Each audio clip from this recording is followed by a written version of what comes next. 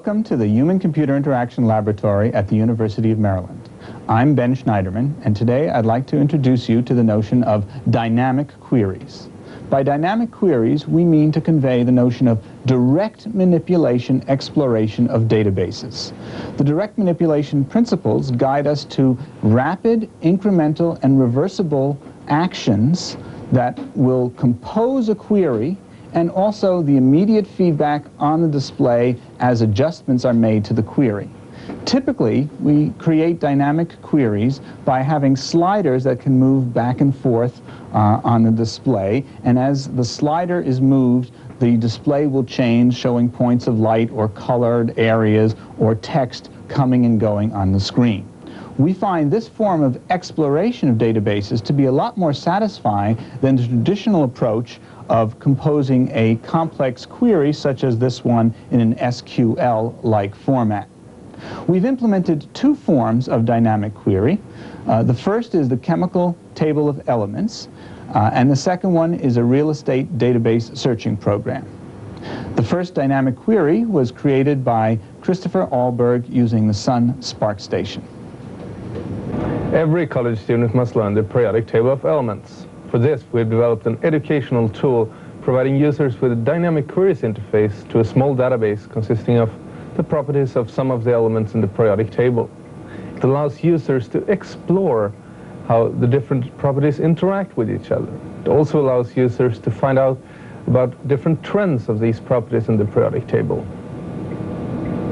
We have a slider for each of the properties in the database. That is, for example, atomic mass, atomic number, atomic radius, ionization energy, and electronegativity. On the screen, we see some elements highlighted in red. That corresponds to the red color to the left side of the drag box on the slider. These are the elements that fulfill the criteria set by the sliders. For example, right now we see the elements that have an atomic mass less than 152, atomic number less than 56, and so on. The other elements are shown in blue.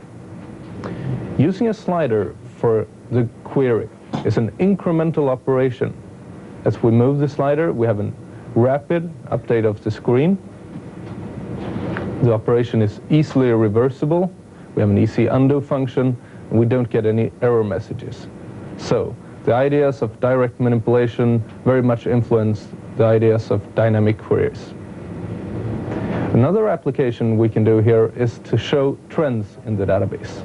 We can, for example, look at the ionization energy. By slowly sliding the slider from left to right, you can see how the ionization energy moves from the lower left corner up towards the upper right corner of the periodic table.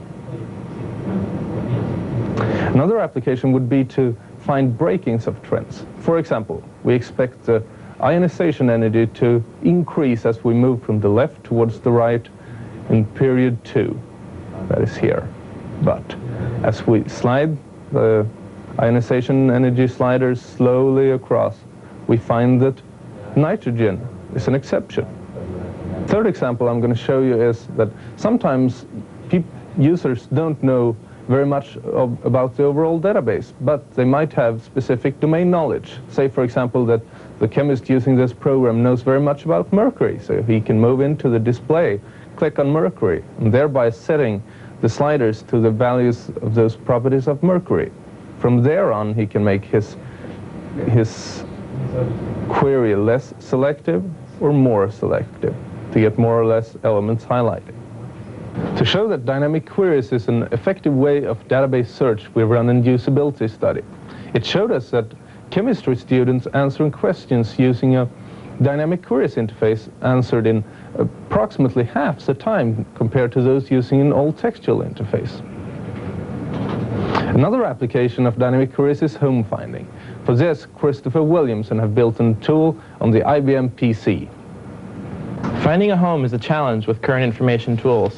Newspaper provides a vast array of homes with little or no organization. Realtors offer huge listings, sorted maybe by one field. Recently, some realtors have offered personalized home searches.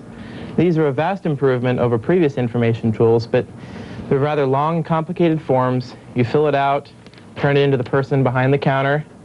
They return it only to find that one home satisfies your query. You fill out the form again, this time getting 200 homes back.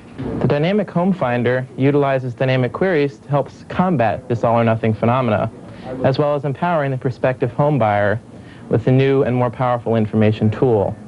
Typically, again, this system will be running on a touchscreen kiosk to help convey the direct manipulation idea of sliding the sliders with their finger. However, since it'll be easier for you to see, I'll be using the mouse for this demonstration.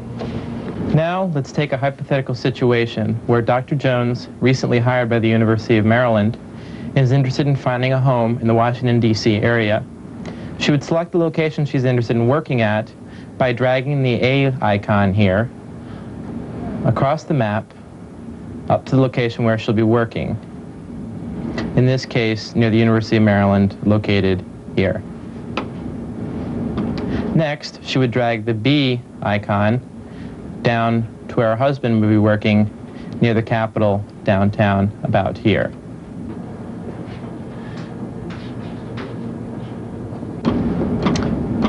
Next, she goes over to the control panel and slides the distance marker to how far she's interested in commuting to her office at location A. In this case, she's interested in bicycling to work, so she's going to slide it up to 5 miles. She's not interested, her husband's taking the metro, and it's not very important to them how far he needs to commute to the house, so she slides that all the way up to the top to signify she's not interested in searching on that field.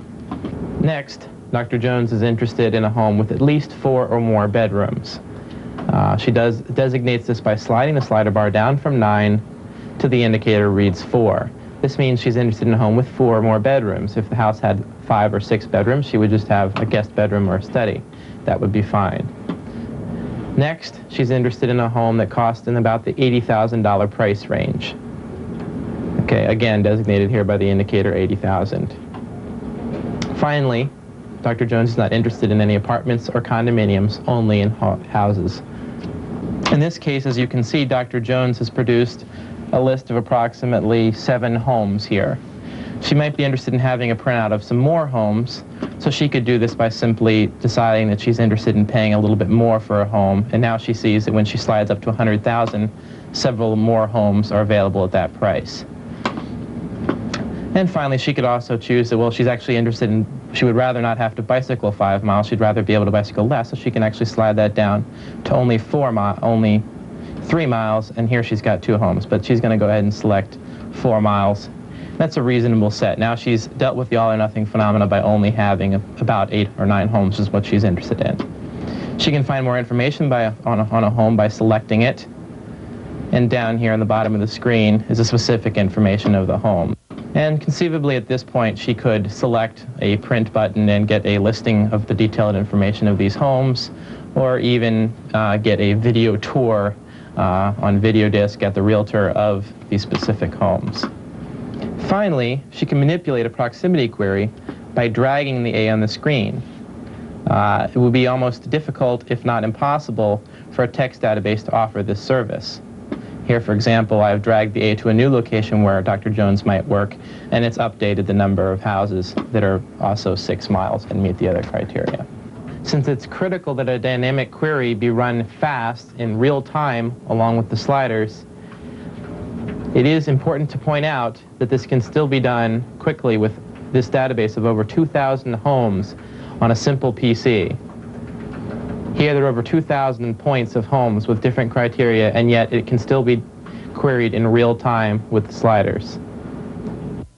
These 2 dynamic queries reveal the power of direct manipulation exploration of databases.